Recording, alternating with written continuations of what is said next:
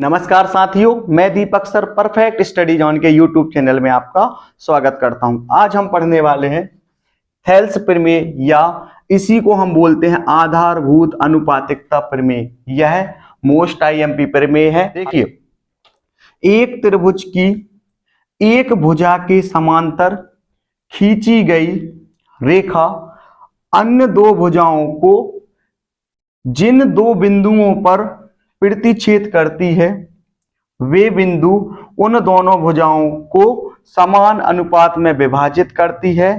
Thales प्रमेय या आधारभूत अनुपातिकता प्रमेय कहलाता है। तो देखिए, अभी आपको ये वाली जो परिभाषा है वो आपको डिफिकल्ट लग रही होगी अभी कि हम किस तरीके से इसको याद करें। विगत वर्षों में ये वाला आपसे पूछा भी गया है कि थेल्स प्रमेय का कथन लिखिए, यानी ये मोस्ट आईएमपी है। प्रश्नावली जब आप 6.2 करोगे तब ज्यादातर सवालों में आप थेल्स प्रमेय या आधारभूत अनुपातिकता प्रमेय का ही इस्तेमाल करने वाले हो।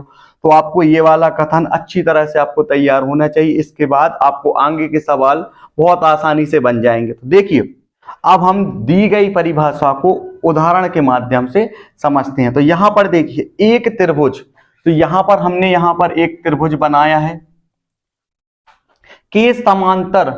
समांतर का मतलब होता है ये जो निशान होता है आपका, इस निशान को आपको याद रखना है।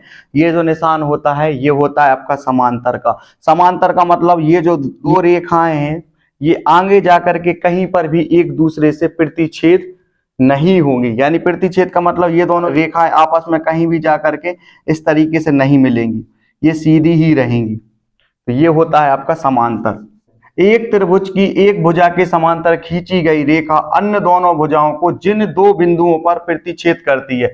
देखिए, यहां पर अब हम उदाहरण के माध्यम से समझते हैं कि किस तरीके से इस परिभाषा को हम आसानी से समझ सकते हैं। तो एक त्रिभुज, तो यहां पर आपका एक त्रिभुज है। एक त्रिभुज की एक भुजा, तो एक त्रिभुज की एक भुजा मान लीजिए हमारी BC है। तो एक त्रिभुज की एक भुजा के समांतर, तो यहां पर इनके समांतर हम एक रेखा खींच लेते हैं।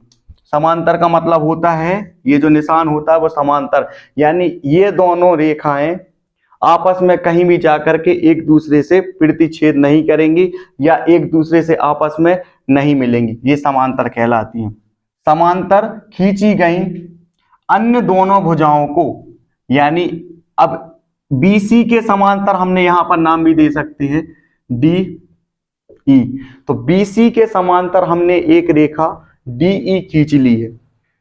तो दो भुजाओं को जिन दो बिंदुओं पर प्रतिच्छेद करती है, यानी एक भुजा हमारी हो जाएगी AB और दूसरी भुजा हमारी हो जाएगी AC।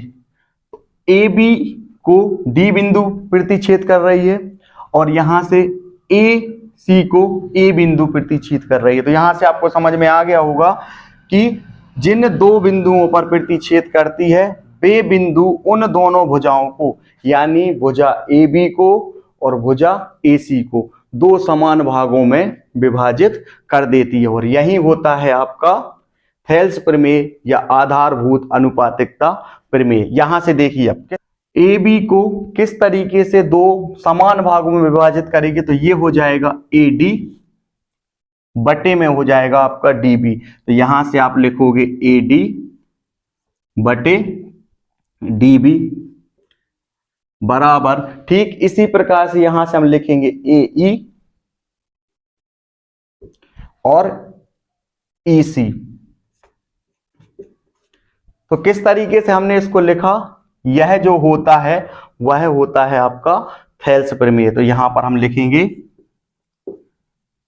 थेल्स प्रमेय से एक त्रिभुज की एक भुजा के समांतर खींची गई रेखा, एक त्रिभुज है, इसमें BC जो है वो एक भुजा है, तो इसके समांतर हमने BC के समांतर हमने दूसरी रेखा खींची है DE। अन्य दोनों भुजाओं पर, एक भुजा हमारी BC हो गई थी जिसके समांतर हमने दूसरी रेखा क्या खींची है DE। तो अब इनकी जो दो भुजाएं बची हैं, क्योंकि ये वाली तो हमने यहां पर खींची है, तो दो भुजाएं हमारी कौन कौन सी बची हैं, AB और AC।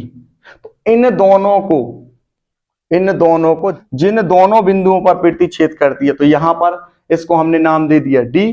तो यहां पर ए बी को डी बिंदु पर प्रतिच्छेद कर रही है और यहां पर ए सी को ई बिंदु पर प्रतिच्छेद कर रही है।